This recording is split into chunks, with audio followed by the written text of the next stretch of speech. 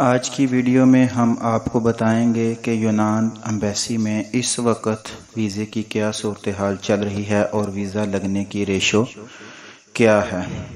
السلام علیکم ورحمۃ اللہ وبرکاتہ۔ صلو علی الحبیب صلی اللہ علی محمد صلی اللہ علیہ وآلہ وسلم۔ رضائے الہی چینل میں آپ سب کو خوش آمدید کہتے ہیں۔ اللہ عز و جل سے دعا ہے کہ اللہ عز و جل آپ سب پر اپنا خاص کرم فرمائے، دونوں جہانوں کی بلائیاں عطا فرمائے، خوشیاں عطا فرمائے، ہر دکھ اور تکلیف سے محفوظ رکھے۔ اللہ عز و جل بے اولادوں کو نیک اور سہل اولاد عطا فرمائے، بے روزگاروں کو رزق حلال کمانے اور کھانے کی توفیق عطا فرمائے۔ اللہ تعالیٰ آپ سب کے لیے آسانیوں والے معاملات فرما دے۔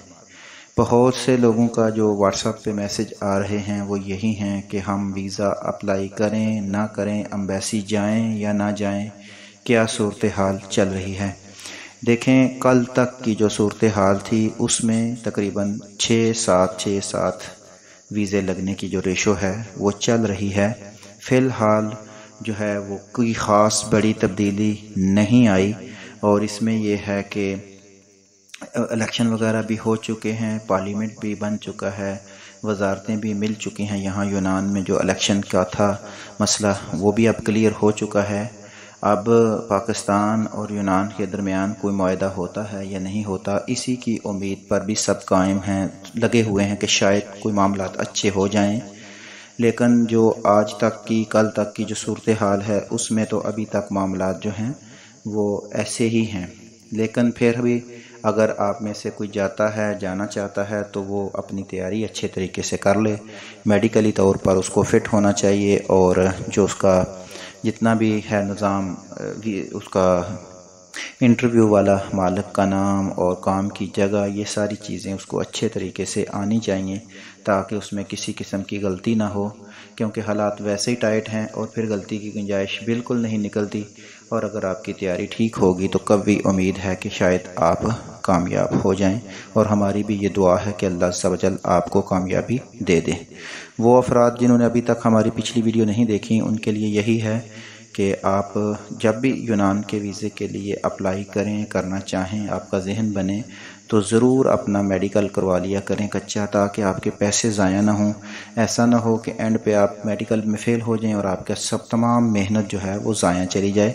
تو اس لیے آپ کوشش کر کے میڈیکل میں جو میجر ٹیسٹ ہیں، ہیپیٹائٹس ہے، ٹی بی ہے، بلڈ کینسر ہے، ایڈز ہے، اس طرح کی جتنی بھی بڑی بڑی بیماریاں ہیں ان کے ٹیسٹ نارملی طور پہ کسی لیبارٹری اچھی سے کروا لیا کریں، تاکہ آگے جا کے آپ کا ویزا ریجیکٹ نہ ہو اور آپ کو نقصان نہ اٹھانا پڑے۔ باقی یہ ہے کہ مالک کا نام، جگہ کا نام، یہ ساری چیزیں تو آپ کو اچھے طریقے سے پتہ ہونا چاہیے۔ جب بھی جو بھی بندہ آپ کا ویزا اپلائی کرتا ہے تو وہ ایک آپوفاسی یہاں سے جو پیپر نکلتا ہے اس کے ساتھ آپ کو ایک کنٹریکٹ بھی بھیجے گا، جس میں آپ کا جس امپلائر کے پاس آپ نے کام کرنا ہے، آپ کا اور اس کے درمیان ایک معاہدہ ہوتا ہے جس میں وہ بتائے گا کہ آپ کو اتنی تنخواہ دے گا، اتنے دن کام کرنا ہوگا۔ یہ شرائط و ضوابط جو ہیں ان کا آپ کو پتہ ہونا چاہیے۔ تو اس لیے جب بھی آپ کے پاس ویزا آئے، اپوفاسی آئے، تو آپ اس بندے کو یہ بھی کہیں کہ وہ ساتھ میں آپ کو کنٹریکٹ بھی بھیج دے، تاکہ آپ اپنے انٹرویو کی اچھے طریقے سے تیاری کر سکیں۔ باقی یہ ہے کہ آپ کے ڈاکومنٹیشن جو ہے وہ اچھی ہونی چاہیے، اس میں کسی قسم کا پرابلم نہیں ہونا چاہیے، تمام ڈاکومنٹ جو ہیں وہ ٹیسٹڈ ہونے چاہیے، اور اس میں کسی چیز کی کمی بیشی نہیں ہونی چاہیے، تاکہ آپ کو آگے چل کے آگے کسی مسائل کا سامنا نہ کرنا پڑے۔ تو ان تمام چیزوں سے بچنے کے لیے بہترین طریقہ یہی ہے کہ آپ اپنی تیاری کریں، تاکہ مستقبل میں آپ کو کسی پریشانی کا سامنا نہ کرنا پڑے۔ تو اس کے لیے اگر آپ کو کسی چیز کی سمجھ نہیں آتی، آپ کے ذہن میں کوئی کویسچن آتا ہے، آپ کو کوئی پریشانی آتی ہے، تو اس کے لیے آپ ہم سے رابطہ کر سکتے ہیں۔ باقی ویزا لینے دینے اور اس طرح کے جتنے بھی معاملات ہیں اس سلسلے میں آپ ہم سے رابطہ نہ کیجیے گا، کیونکہ نہ ہی ہمارا یہ کام ہے اور نہ ہی یہ ہم کام کرتے ہیں۔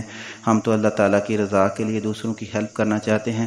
اگر کسی کو کوئی پریشانی ہو، کسی سوال کی سمجھ نہ آئے، تو اس سلسلے میں آپ ہم سے رابطہ کر سکتے ہیں۔ اللہ تعالیٰ آپ سب کو خوش و خرم رکھے، دنیا اور آخرت میں کامیابی عطا فرمائے، اور اللہ تعالیٰ ہم سب کو مل کر اس دنیا میں رہ کر موت کی تیاری کرنے کی توفیق عطا فرمائے۔ السلام علیکم ورحمۃ اللہ وبرکاتہ۔